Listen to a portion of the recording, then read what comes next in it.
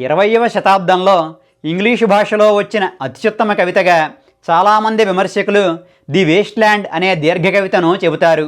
ఈ అద్భుతమైన రచన చేసింది నోబెల్ బహుమతి గ్రహీత అయిన టీఎస్ ఎలియట్.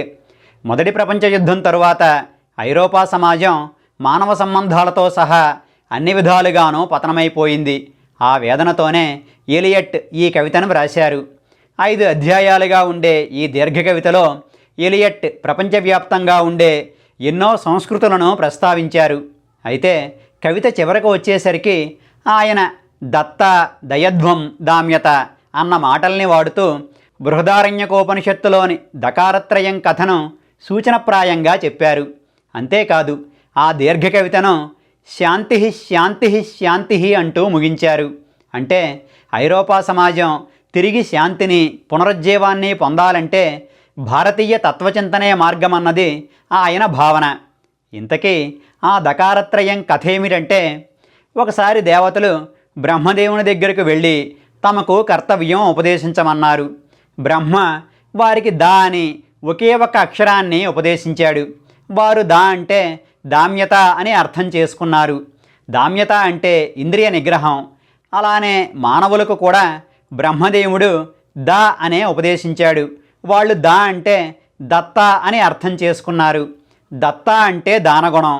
అలానే రాక్షసులకు కూడా బ్రహ్మ దా అనే అక్షరాన్నే ఉపదేశిస్తే వారు దానిని దయధ్వం అని అర్థం చేసుకున్నారు. దయధ్వం అంటే దయాగుణం.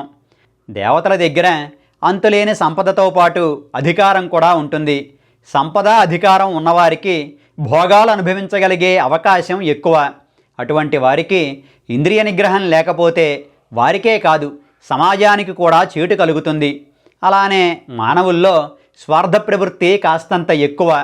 తాను తన కుటుంబం మాత్రమే సుఖంగా ఉండాలనే తత్వం వల్ల సమాజంలో అసమానతలు పెరిగిపోతాయి. అందుకే మానవులకు దానగుణం ఉండాలి. ఇక భుజబలం ఎక్కువగా ఉండడం వల్ల రాక్షసులకు హింసా ప్రవృత్తి ఎక్కువ. అందుకే బలవంతులైన వాళ్ళు దయాగుణాన్ని అలవరుచుకోవాలి. నిజానికి దేవ, మానవ, రాక్షస ప్రవృత్తులనేవి ప్రతి మనిషిలోనూ ఉంటాయి. అవి విజృంభించకుండా ఇంద్రియ నిగ్రహాన్ని, దానగుణాన్ని, దయా స్వభావాన్ని మనం అలవరుచుకోవాలని ఈ ఉపనిషత్తు కథ మనకు ప్రబోధిస్తోంది.